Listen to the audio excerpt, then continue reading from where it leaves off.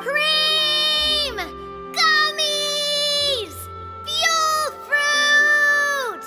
Huh? Did you hear that? Sunshine! Blue skies! Good vibes! Right? So Paimon wasn't just hearing things. That voice sounds really familiar. Well, we've got the time. Why don't we go check it out?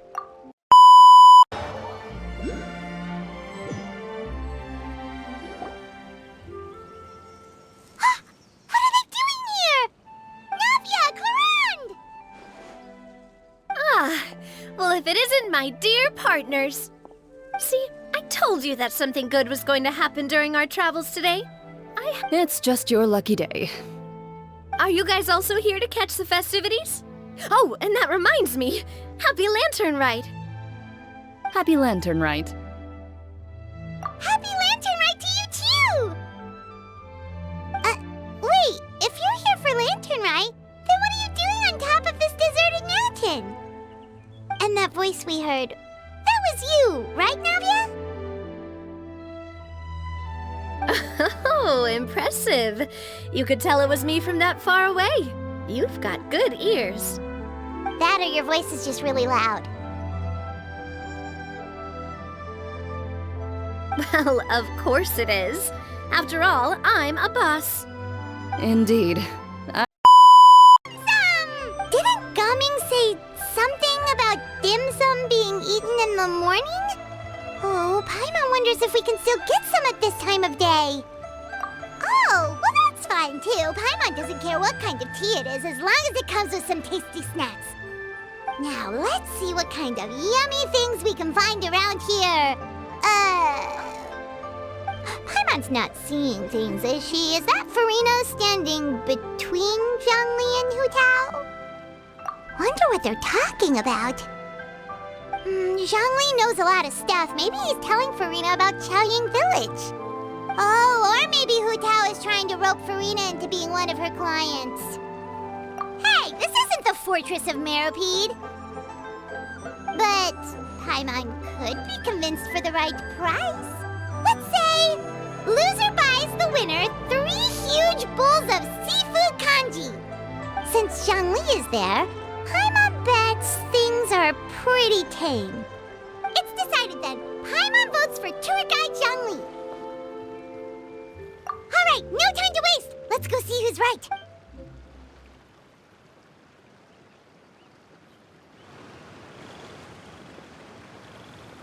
Good afternoon, Hu Tao, Zhongli, and Farina. Oh, great. Now Paimon's shouting too. Oh, well, aren't you a sight for sore eyes? Seems like our luck just keeps on growing. That we were able to meet you both without prior arrangement must mean that this is quite the serendipitous meeting indeed. Huh? Oh, so both of you are acquainted with the Traveler and Paimon then? I'm pretty sure you didn't learn that one from me. I must admit, I'm a bit surprised to see you. I mean, you're not my subordinate anymore. You don't need to look after me. I didn't mean it that way. It's normal for friends to travel home together if they run into each other on the road. There are a lot of mountainous roads in this area. I imagine they'll be even harder to navigate after dark. Exactly! Just like in those ghost stories. 8 paths converge in a wood. Beside them an old house is stood. If you dare to go inside, not a soul will greet your eye. But if you take a closer look, there may be something you mistook. A candle flickers to and fro, yet there is no wind to make it so. What is its secret? What could it mean? In this wood, where mystery screams. My dear demoiselles, ladies, no, I mean friends, please take me with you. Of course. Gotta say, Farina, you are really quite the Amongst introduced ourselves then. Did you know, Uncle Ip, that the flavor of these cakes changes depending on... Halt! Who goes there? It appears that one's movements were overly conspicuous. Enough of your musings. Focus. Focus on the matter at hand. Present your exquisite ornaments at once. Indeed.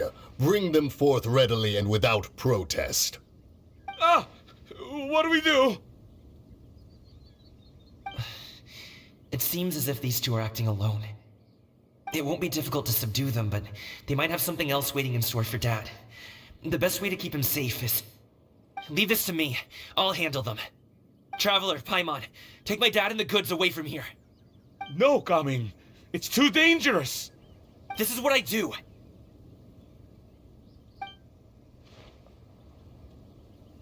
A thorny foe indeed.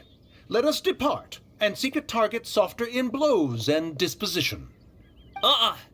Don't think I'm gonna let you off so easily. Away! Let us away! Coming! Good sir, please listen to me. Reel in your line and leave this place as quickly as you can. There are bandits in the area.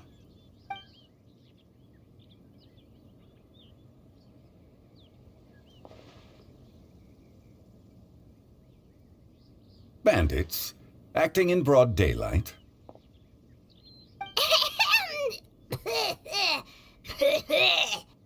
Oh.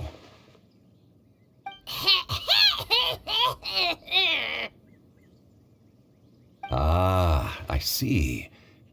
It appears many people are catching a chill as of late. If your throat is bothering you, Paimon, perhaps some tea and rest are in order. Nope, no need. Paimon's fine. She just, had some cake stuck in her throat. If there are indeed bandits in the area, then we should inform the Millilith at once. Oh? Well, if that's the case, such matters are best left to those with the necessary expertise. Wouldn't you agree? I suppose you're right. If ordinary people like us got involved, we would only cause more trouble. Since we find ourselves otherwise unoccupied in this beautiful area. Thanks for helping us talk things through with Uncle Ip. Good thing you were able to pick up on what we were putting down. I have been around the both of you for some time now. You could say I have a certain level of expertise in that regard. As for my role in the conversation, think nothing of it. I hardly did anything noteworthy. You never change, do you? Why did you have us walk all this way? Paimon thought we just had to go far enough to be out of earshot. A friend approaches. Hello. So, you're here too? I've been here the whole time?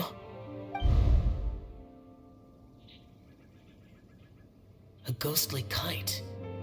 Could that elusive Director Hu be coming to Wangshu Inn once again? What is she doing here? I suppose it matters not.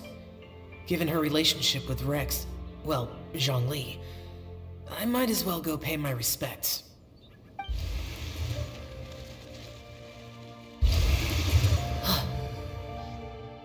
It's you!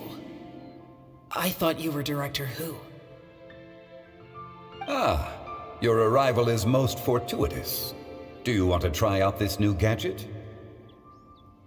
The addition of the power source makes the takeoff more stable. It's just that...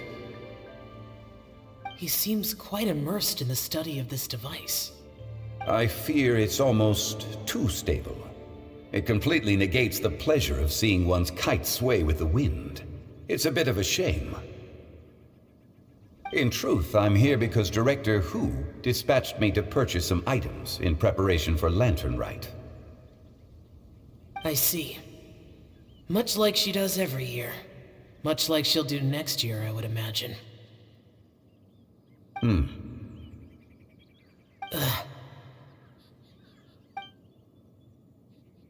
Am I wrong?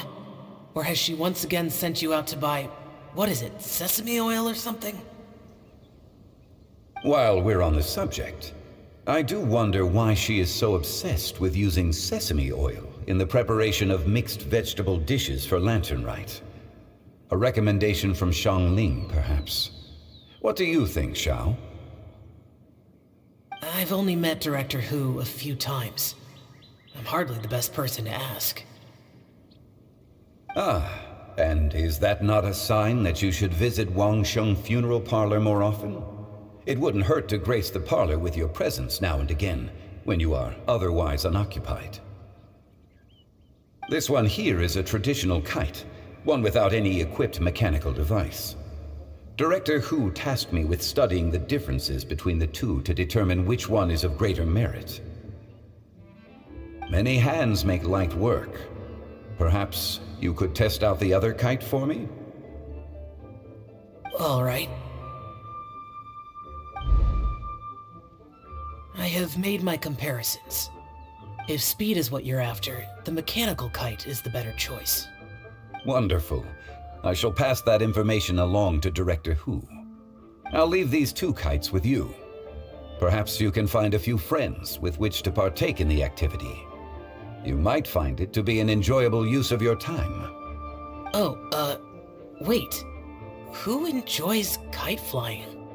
Well, I would imagine someone of your talent and wisdom is more than capable of finding out. So, you were testing out the kites for Hu Tao and even roped Xiao into doing it for you? Paimon didn't ask earlier because the situation was awkward. I would hardly say I roped Xiao into anything. I simply sought the help of a friend. Besides, we did the testing together. Seems like our pool of competitors is growing. Do you like kite flying, Xiao? I suppose I neither like nor dislike it. Although, watching a kite gradually ascend into the sky does bring me a certain peace of mind. You get all worked up. Sit, Shenhe, sit. You must be tired from your journey.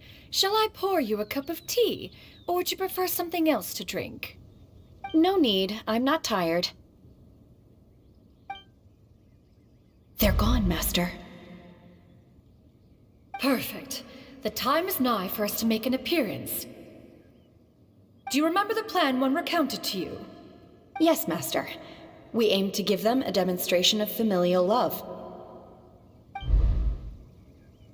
So I'll have whatever you are having. All right. What are Auntie Xianyun and Shenhe doing here? Just how many people are involved in this scheme? I suppose all I can do is just take a seat and see what happens. Perfect. I just so happen to have bought some Sunglow tea recently. It's quite the delectable variety. Or it would be if one has not been forced to drink it every day in the hopes of whittling down one's considerable stash. One has more than had one's fill already. Oh, forget it. Such thoughts detract from the present need to keep up the conversation. Has work been busy during the holiday season? Do you need my help with anything? Drunk guests can sometimes cause trouble, but I deal with them as you taught me, by pinning their heads against the table. Are Auntie Xianyun and Shenhe serious right now?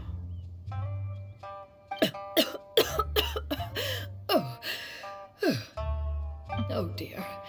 While one was busy orchestrating this act, one seems to have forgotten about Shenhe's various eccentricities. What I meant to ask was, have you made any new friends? We live so far from each other. It would be a great comfort to me to know you were surrounded by good companions. You already know of my past circumstances. Recently, I've been conversing with Guoba in the kitchen at night. Guoba can't talk, but his companionship is a comfort. The poor child. Her one friend can't even talk. I guess maybe Gaming is not doing so bad after all.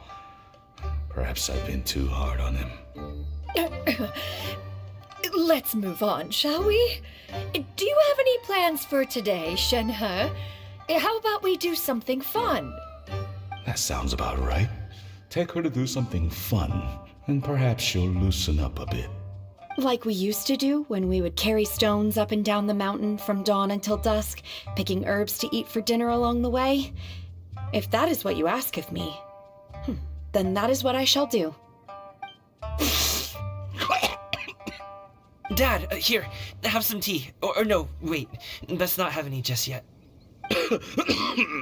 Yeah. I simply can't listen to that any longer. Coming. I'd like to finish what I was trying to say before. I don't support your decision to